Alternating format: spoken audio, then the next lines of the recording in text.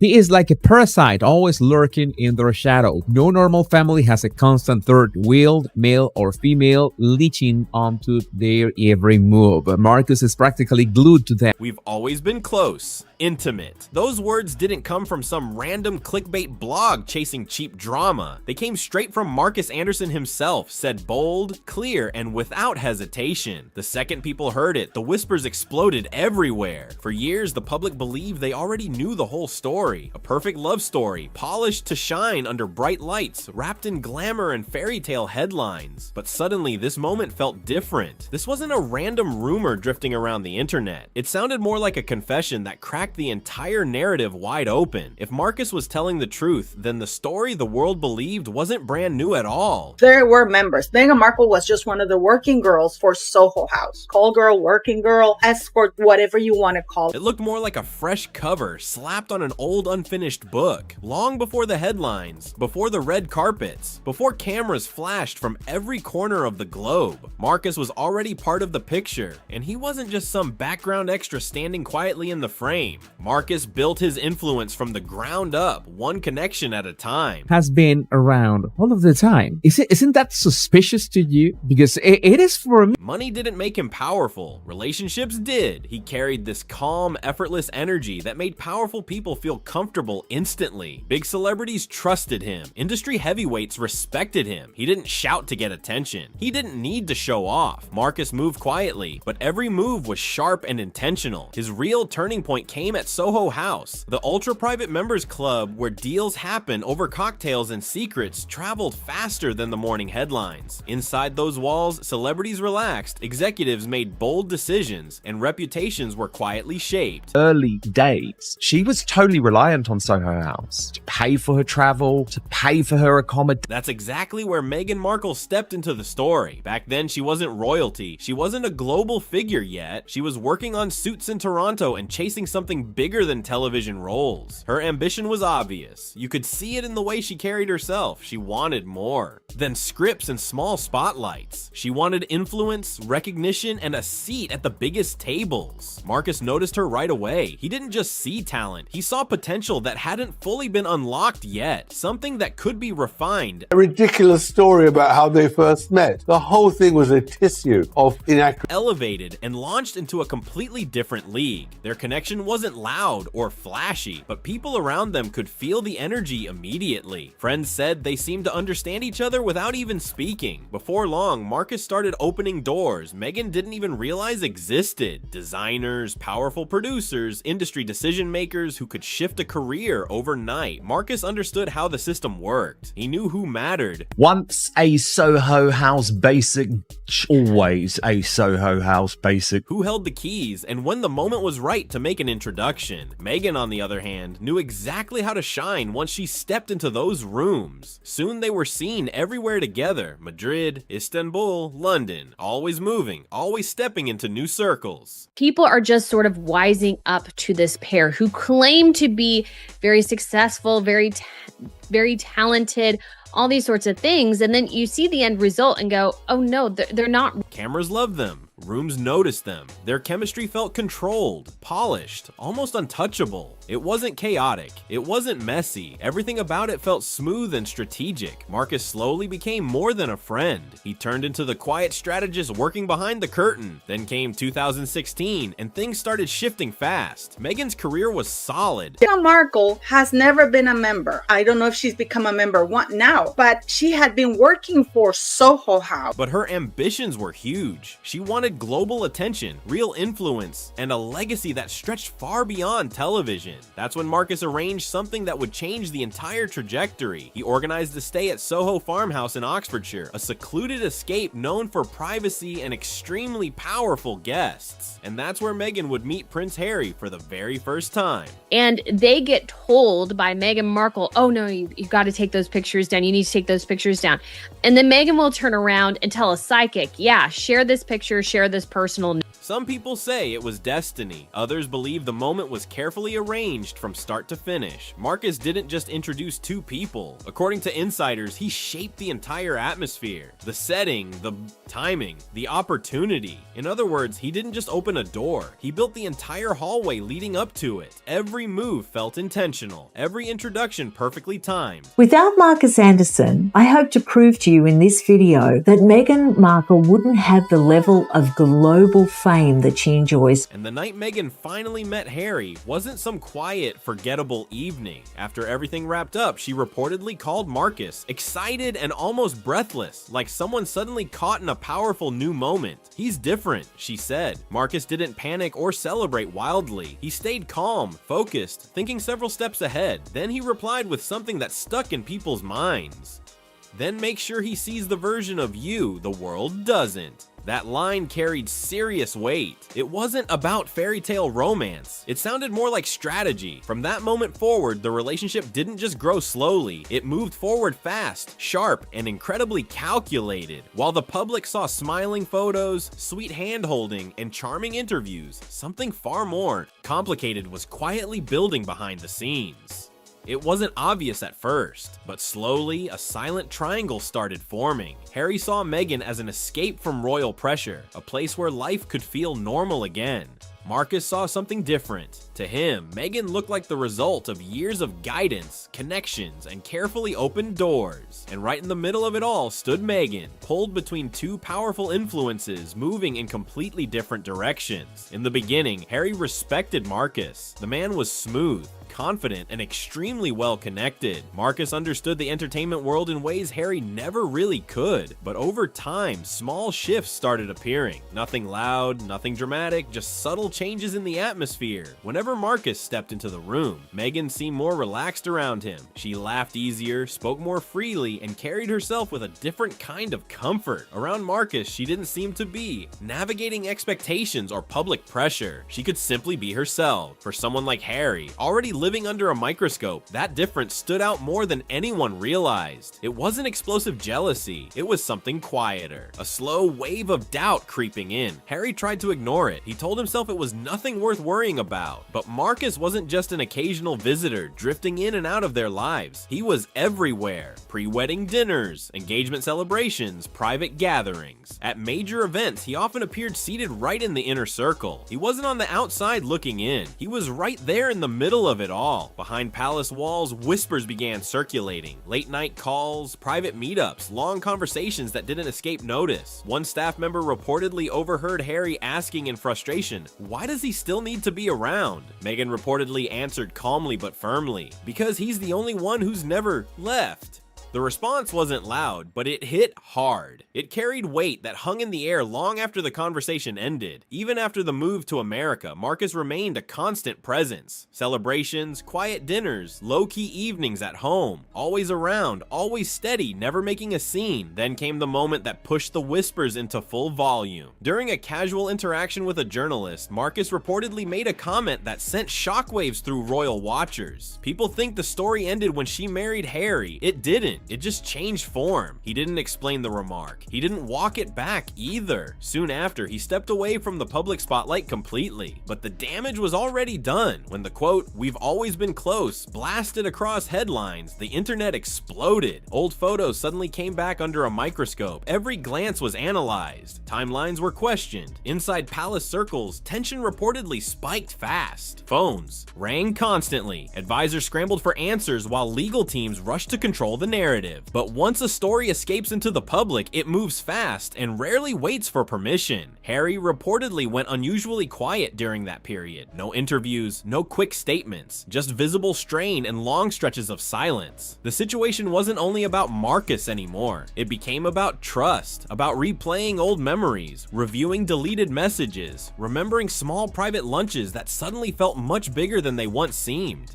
Meanwhile, Meghan publicly denied the rumors, describing them as attempts to damage her family's reputation. But behind closed doors, pressure continued building. The situation was far more complicated than the headline suggested. The tension didn't explode all at once. It built slowly, like pressure stacking up behind a locked door nobody wanted to open. Public appearances still looked polished on the surface, but careful observers Notice the subtle shifts. Smiles looked tighter, eye contact didn't last as long. Something in the atmosphere felt different, and people began noticing. Behind the scenes, conversations reportedly became shorter and sharper. Not loud arguments, but pointed exchanges that carried serious weight. Harry was already known to withdraw during stressful moments, and this situation pushed those tendencies even further. It wasn't just jealousy anymore. It felt more like the unsettling realization that he had stepped into a story already in motion. Markus stayed silent publicly through the entire storm, but sometimes silence can be louder than words when millions of eyes are watching. Friends in elite circles whispered that Markus didn't seem shocked by the media frenzy at all. Some even suggested he expected it eventually. When someone close to you suddenly enters royal history, the past doesn't simply disappear. It waits quietly until the spotlight swings back. Soon social media.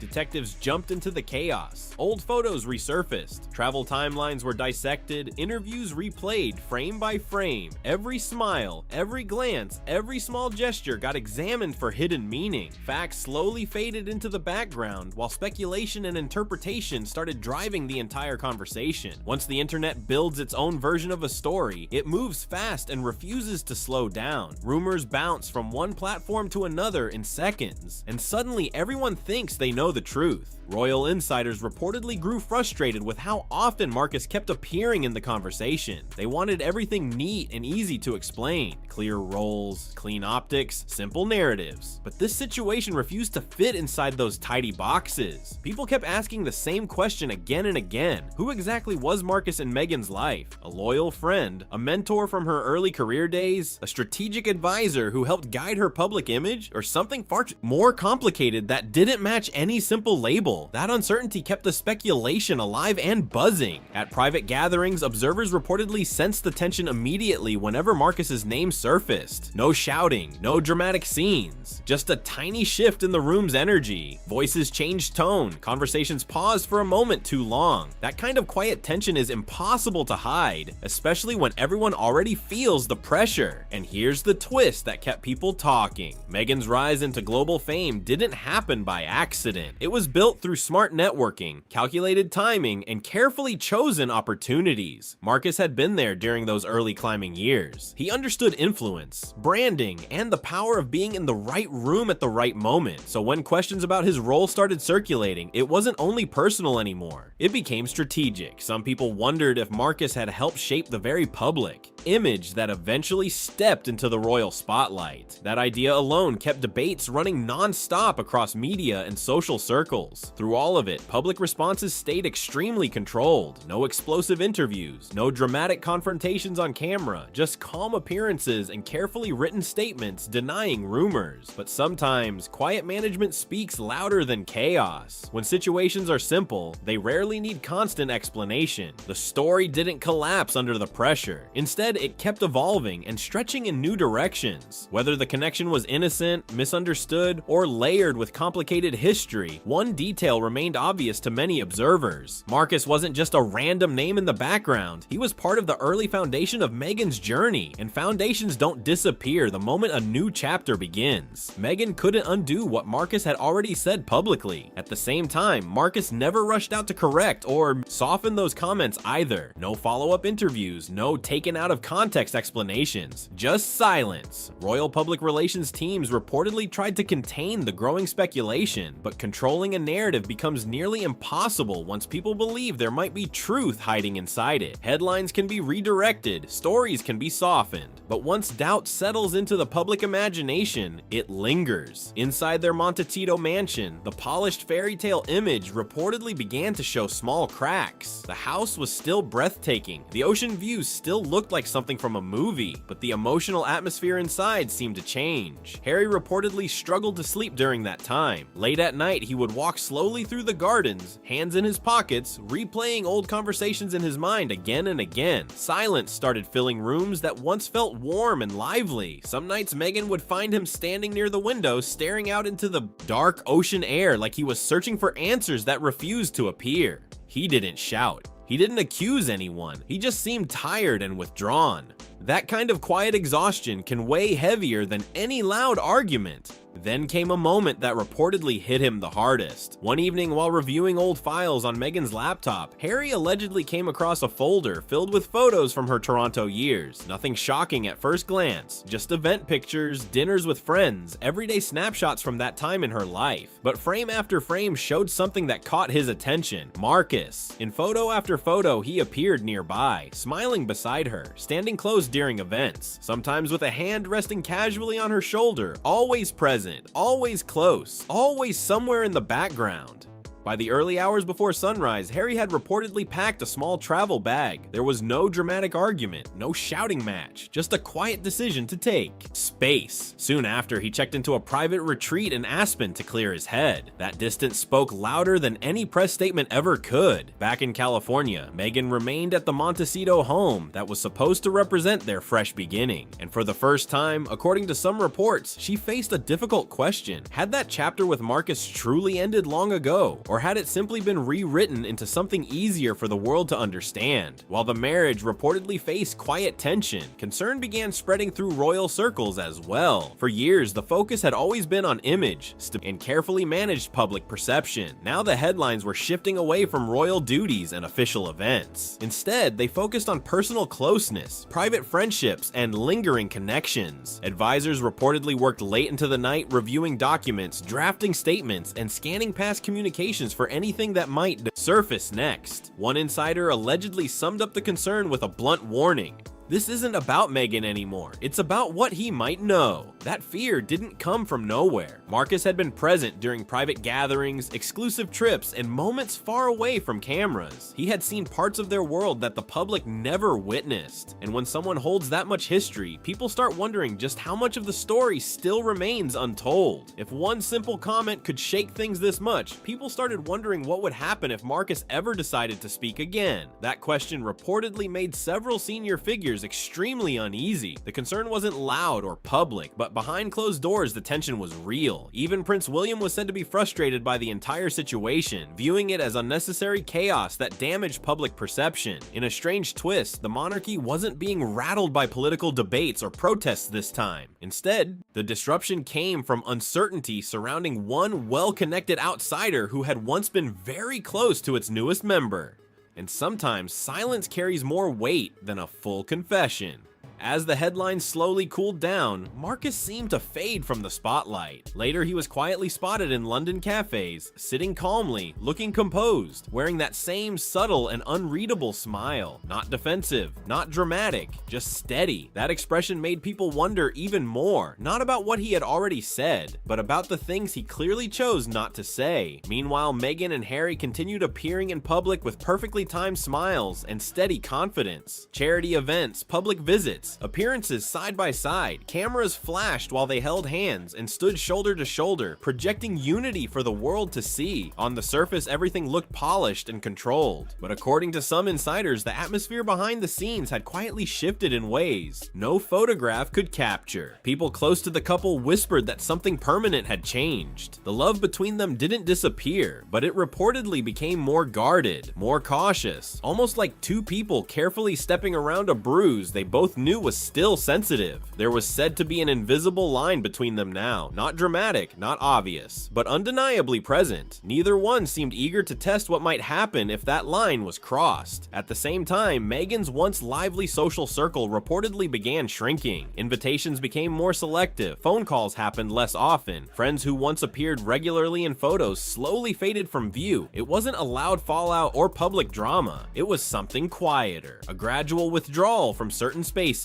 And Markus, the man who had once been a frequent presence in her life, seemed to disappear almost completely from public view. No shared appearances, no visible contact, just distance. Of course, the public eventually moved on to the next trending headline. That's how the news cycle works. One story replaces another in a matter of days, but one question refused to fade away. Was Markus simply speaking his truth, or was he stepping away from a relationship that had always been difficult to define? Some people believed he wanted freedom from the attention attention. Others suspected he wanted recognition for the role he played earlier in Meghan's life, and some observers argued it didn't matter anymore, because what that single statement revealed felt larger than one personal connection. It reminded people of something uncomfortable but very human. Behind royal titles, polished photos, and elegant speeches are real individuals navigating complicated emotions. People who search for love while also craving control. People who value loyalty while quietly fearing betrayal. Months passed, yet the atmosphere around the story never completely cleared. Yes, the couple continued, smiling for cameras. Yes, public projects and appearances moved forward as planned. But to some watchers, those smiles carried a certain stiffness, like people trying hard to show healing while private questions still lingered. Reports suggested Meghan became more reserved during that period. She returned fewer phone calls and kept conversations short and measured. Friends from earlier years reportedly noticed a change in her energy. That carefree laughter people remembered from the Soho House days seemed replaced with something more controlled and deliberate. Meanwhile, Harry threw himself deeper into public work. Speeches about mental health, resilience, and personal growth filled his schedule. From the outside, he looked focused and determined, but people close to him claimed there was still distraction behind his eyes. Whenever a new photo of Marcus appeared online, even something simple like him walking past a London cafe, the internet reacted instantly. According to people near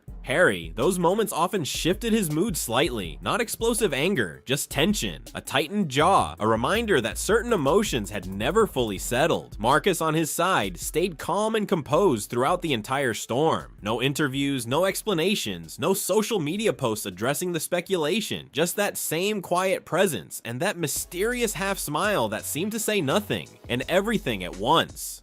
Some observers speculated about private agreements behind the scenes. Others believe Marcus simply grew tired of the endless drama, but a smaller group whispered a different theory entirely. They believed his silence wasn't avoidance at all, it was protection. Inside royal circles, the tension never fully disappeared. Every few weeks, a fresh rumor would pop up, hinting that another revelation might be around the corner. Advisors quietly prepared for the worst. Legal teams reviewed documents again and again, and then nothing happened, just silence. The pattern repeated itself like a storm spinning in the distance, but never quite making landfall. Anticipation would rise, nerves would tighten, and then everything would calm down again. For Meghan, the toughest battle reportedly wasn't public opinion or media headlines. It was the quiet moments of reflection, looking in the mirror and asking a difficult question. Which version of herself truly felt real? The Duchess the world saw on official stages, the determined actress who once fought her way through Hollywood, or the ambitious woman shaped by powerful friendships and strategic connections. Each identity carried pieces of the same story, yet none seemed simple. At one point, Harry reportedly told a friend something that stuck in people's minds. She's still fighting ghosts that never left the room,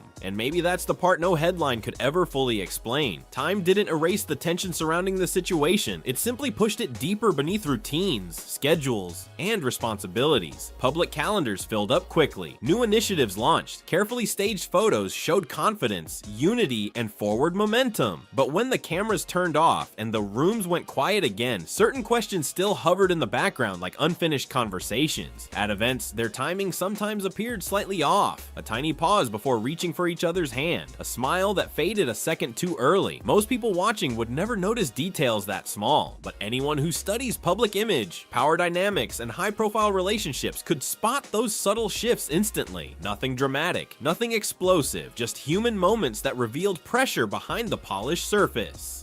Friends close to the couple reportedly described their bond as strong, yet cautious, and that word carried weight. Cautious suggests experience. It suggests lessons learned and boundaries quietly drawn. Sometimes it also means certain topics are left untouched, because once doubt enters a relationship, even without clear wrongdoing, the original sense of innocence rarely returns the same way. Meanwhile, Marcus remained a mysterious figure somewhere in the background of the story. No cryptic messages, no interviews, no dramatic attempts to grab attention. He simply continued living his life away from the spotlight. Ironically, that quiet approach only made the story more fascinating. The less he spoke, the more theories appeared online. The less he was seen, the more his presence seemed to stretch across the narrative like a long shadow. Royal watchers kept debating whether this chapter would eventually fade away or suddenly resurface at the worst possible moment. In high-profile lives, the past rarely disappears completely. It waits patiently for the right moment, or the wrong one. one. And timing can change everything. At its core, the situation showed how powerful forces collided inside one complicated story: love, ambition, loyalty, influence. When those forces mix together, there is almost always fallout, sometimes loud and public, sometimes quiet and hidden, but always personal, and often lasting far longer than anyone expects. Maybe the hardest truth hiding underneath all of this is simple. Even royal love stories are rarely clean and easy. They don't wrap themselves up in perfect endings. They don't disappear without leaving traces behind. They leave echoes, and sometimes those echoes grow louder than the original moment that created them. Markus Anderson's name still lingers quietly in the background, not shouted across headlines anymore, not repeated constantly, just present enough that people still feel it. You can almost sense it during certain interviews: a frozen smile, a brief pause, a small shift in energy when his name enters the conversation. Because when history refuses to stay buried, it keeps a pulse. Every unanswered question carries weight. If this breakdown gave you a new perspective, drop your thoughts in the comments below. And if you want more deep dives like this, hit subscribe, tap like, and share this video with someone who needs to see it.